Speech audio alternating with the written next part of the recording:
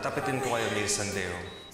Yung mga ganitong cases, mayroong residual deficits. Pwede siya magkaroon ng change in behavior or magkaroon ng memory loss. Ipapangako sa'yo, iibigin kita hanggang sa kaya. Yay!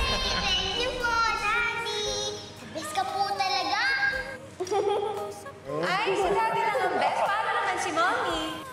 Ay, hindi po. Siyempre po, ikaw. Bestest mommy in the whole world. Adrian, please lumaban ka.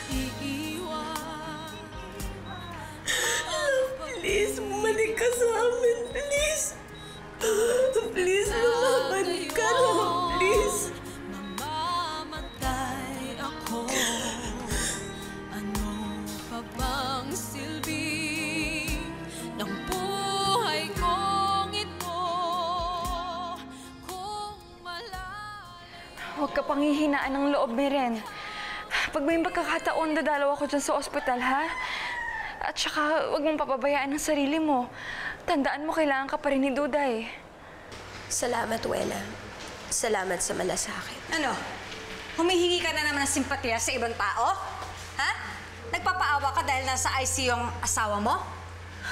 Marin, ikaw ang may kasalanan kung bakit na-aksidente ang kapatid ko!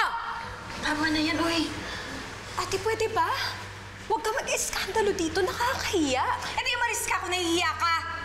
Ate, bakit lagi mo ba sinisisi sa akin ang lahat kapag may krisis na nangyayari sa buhay namin ni Adrian? Dahil kamalasan ang dala mo sa buhay ni Adrian. Lalo niyo lang siyang pinahamak eh. Bali-baliktarin man natin ang mga pangyayari mula nang dumating ka sa buhay ni Adrian. Pati respeto niya nawala na sa akin. Nakadagdag pa yung ampon mo! Ate, pwede ba? Huwag mo ngang idama yung bata. Wala naman siyang kinalaman dito. Saka pwede ba tigilan niyo na ang pagtawag sa kanya na ampon dahil anak namin si Duday? Lagi ka na lang galit na galit? At bitter? Sarili niyo na lang kaya isipin niyo. Huwag kami.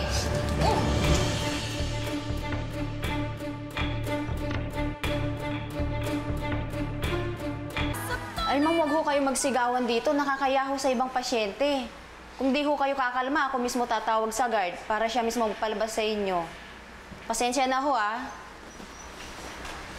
Hindi pa tayo tapos. Alis dyan! Alis dyan! Baka ma-infect ako!